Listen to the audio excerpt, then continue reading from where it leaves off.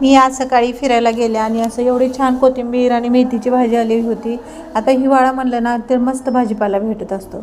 मग मी कोथिंबीर घेऊन आले आणि मग आज दूधवाला येणार नव्हता म्हणून मग मी दूध पण बाहेरूनच घेऊन आले. आणि हे बघा मेथी किती किती फ्रेश आहे बघा, आणि हिरवीगार काल तोडून आणली की काय अशी वाटत आहे. तर आता कंटाळा येईपर्यंत फक्त मेथी वगैरे खातच राहायचं. जेव्हा कंटाळा आलं तेव्हाच कमी करायचं, कारण हिवाळ्यात येतेच पुन्हा भरपूर भाजीपाला. दिल क्या करे जब किसी से. तर कधी अचानक लाईट गेली किंवा फ्रीज वगैरे खराब झाला असेल तर काय करायचं, कोथिंबीर कशी ठेवायची ते सांगते मी तुम्हाला.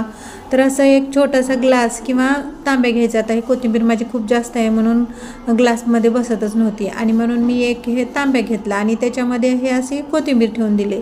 तर असं ठेवलं ना तर तुम्ही 2-3 दिवस काहीच होत नाही आणि कोथिंबीर आपली एकदम फ्रेश राहते. जशी की आज आहे ना तशीच राहते. तुम्ही ना एकदा करून बघा. आणि असं ठेवलं ना तर आपल्या किचनला किंवा किचन हॉटेलला लूक पण किती भारी येतो बघा ना. हो का, छान वाटतं.